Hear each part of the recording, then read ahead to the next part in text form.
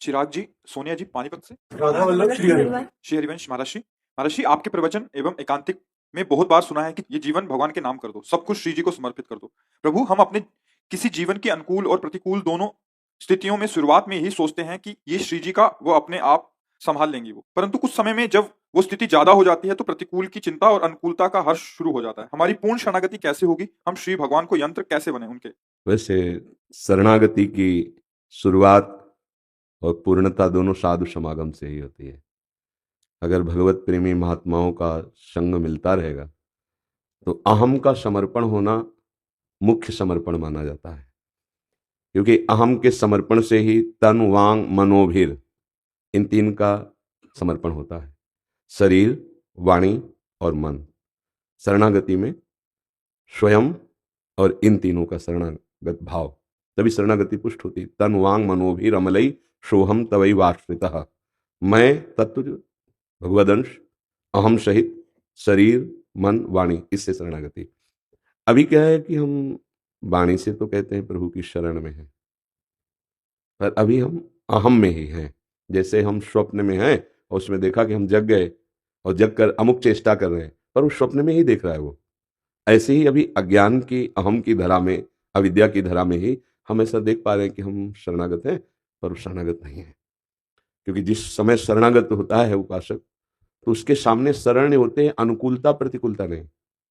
जब सामने अनुकूलता प्रतिकूलता होगी तो हम हर्षित और शोकित होंगे, और जब सामने शरण होगा तो हम सम होंगे। इसकी पहचान है। जब सामने शरणदाता इष्ट है तो इष्ट समूहम सर्वभूतेषु, वो सम है। प्रभु सम स्वरूप है, संसार विषम है, द्वंद्व विषम है। तो जब हमारे सामने प्रभु हैं और सब कुछ उनको समर्पित है तो अनुकूलता प्रतिकूलता का महत्व ही नहीं रह गया। क्योंकि भोक्ता और कर्ता बचे तो अनुकूलता प्रतिकूलता, जब कर्ता और भोक्ता समर्पण हो गया तो अनुकूलता। पर ऐसा नहीं है, समर्पण उस कोटि का नहीं। तो हम क्या करते हैं कि हम एक एक कर्म पहले समर्पण करना शुरू करते हैं। मैं का समर्पण बहुत विवेकवान और निरंतर भगवत पार्षदों का सेवन करने वाले महात्मा का होता है। तो हमारा मैं पहले शरीर में लग चुका है, देह भाव। अब इसकी जितनी चेष्टाएं हैं, अगर समझ पाओगे तो शरणागति बहुत जल्दी पुष्ट हो जाएगी। इसकी जितनी चेष्टाएं हैं उसके दो विभाग होते हैं, एक विधि और एक निषेध। शरीर से दो क्रियाएं होती हैं, एक निषेधात्मक जो नहीं करनी चाहिए और एक विधि जो करनी चाहिए। पहले इस पर दृष्टि डालो, जो नहीं करनी चाहिए वो मुझे नहीं करनी है, पर यहां चूक होती है। जो करना चाहिए वो नहीं हो पा रहा है, इसका नाम प्रमाद है। प्रमाद देहाभिमान में इतना बढ़ चुका है कि जो नहीं करना चाहिए भरपूर हो रहा है और जो करना चाहिए वो नहीं हो पा रहा। तो शरीर की अहम वृत्ति, असत चेष्टाओं में, असत चिंतन में, असत कर्तत्व में अब कर्म समर्पण ही नहीं हो सकता, क्योंकि असत क्रिया करने वाला कर्म समर्पण नहीं कर सकता। ये प्रभाव है उसका। अब जब तक कर्म समर्पण नहीं तो शरीर ये करण कैसे समर्पित हो जाएंगे? हम शरणागत होना है तो नियम लें कि हमारे द्वारा श्री कृष्ण अनुकूलेन प्रतिकूलस्य वर्जनम, भगवान के अनुकूल कार्य होंगे, प्रतिकूल कार्य नहीं होंगे। अब इस विषय की जानकारी कैसे मिले कि भगवान को क्या पसंद है, क्या अनुकूल है? तो हम सत्संग सुनते हैं, शास्त्र स्वाध्याय करते हैं, इससे तो पता चल ही जाता है।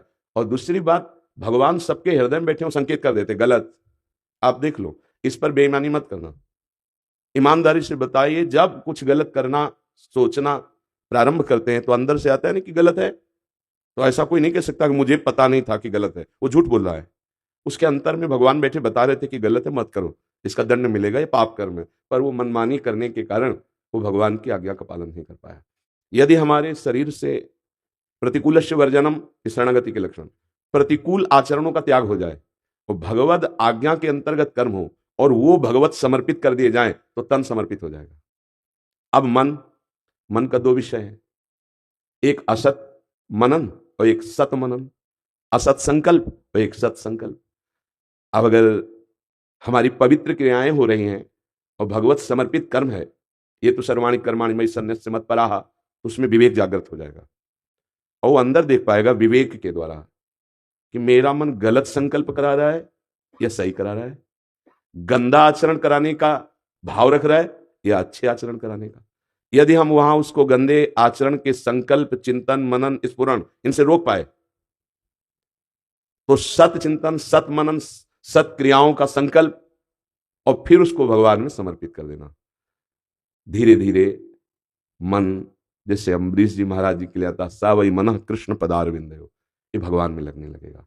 भगवान के नाम में, रूप में, लीलाओं में, उनके चिंतन में, उनकी प्रसन्नता के लिए कर्तव्य कर्म का पालन करना। जहां तन और मन समर्पित हुआ वहां अहम अपने आप समर्पित हो जाता है। क्योंकि जो हम देखते हैं, सुनते हैं, बोलते हैं, चिंतन करते हैं, उसी में हमारा अहम स्थित है। अभी तो जहां ये चलेगा, जैसे मेरा मन विषय चिंतन कर रहा है तो मुझे वो विषय चाहिए, वो अहम बोल रहा है मुझे चाहिए। ऐसे भगवत चिंतन कर रहा है तो अहम में आ जाएगा मुझे प्रभु चाहिए। मुझे अब उनके दर्शन के बिना रहा नहीं जा रहा। दर्श बिन दुख न लागे नहीं, अखियां रूप की प्यासी, नेत्र बिरही हो जाते हैं। क्योंकि मन प्रभु में, सारे आचरण प्रभु में, तो अहम प्रभु में सकिल गया। मैं प्रभु का, प्रभु मेरे, कब मिलोगे प्रभु। एक व्याकुलता, एक परमानंद की अनुभूति की प्रबल जिज्ञासा, एक इस दुखद संसार से मुक्त होने की प्रबल मुमुक्षुता, ये उस उपासक के अंदर जागृत होती है। तो जागृत भी वही कर रहे हैं और फिर पूर्ति भी वही कर देते हैं। तो अभी क्या शरणागति को हम समझ ही नहीं पा रहे। मनमानी आचरण, तो फिर हमारे सामने द्वंद्व सामने होंगे, और द्वंद्व जब सामने होंगे तो परास्त तो होना ही पड़ेगा। द्वंद्वातीत तो वो होता है जिसके सामने लक्ष्य होता है, परमात्मा। वो लक्ष्य के कारण सब कुछ सह जाता है। चाहे जितना बड़ा द्वंद्व हो वो सह जाएगा।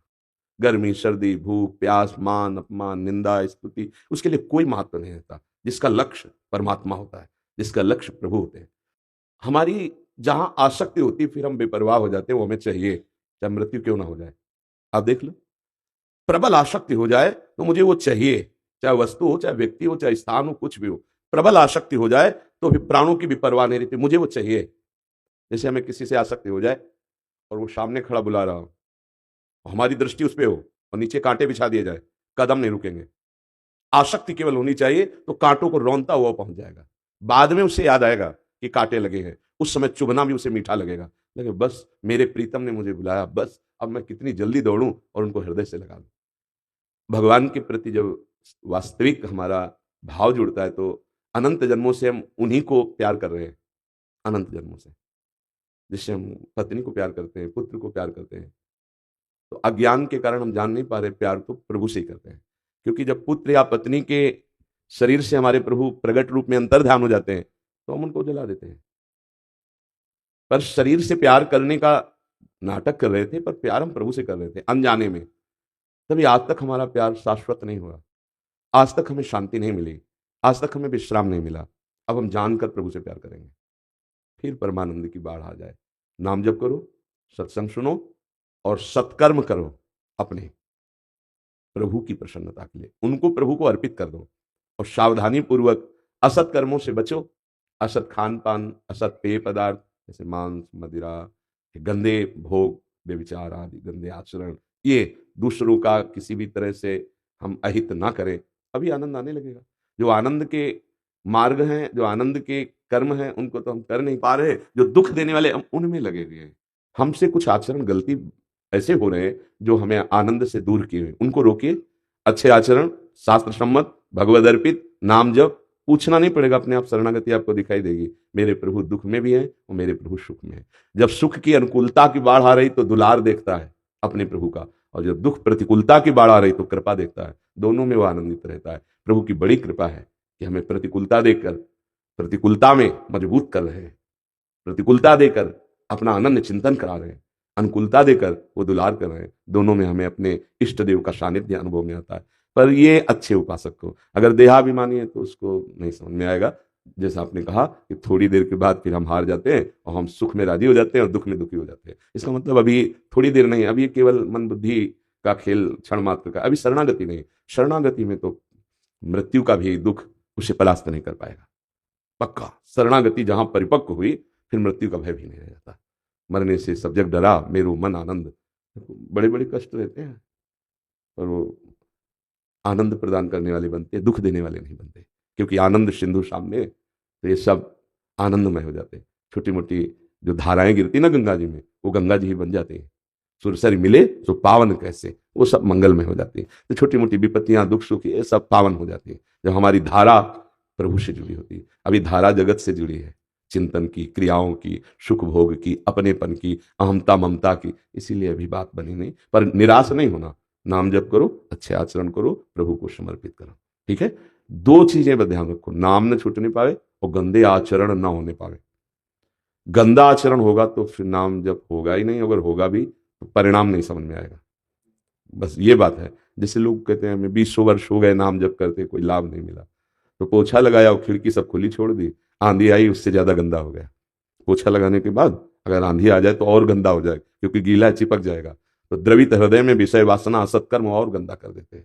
ये सावधानी रखिए।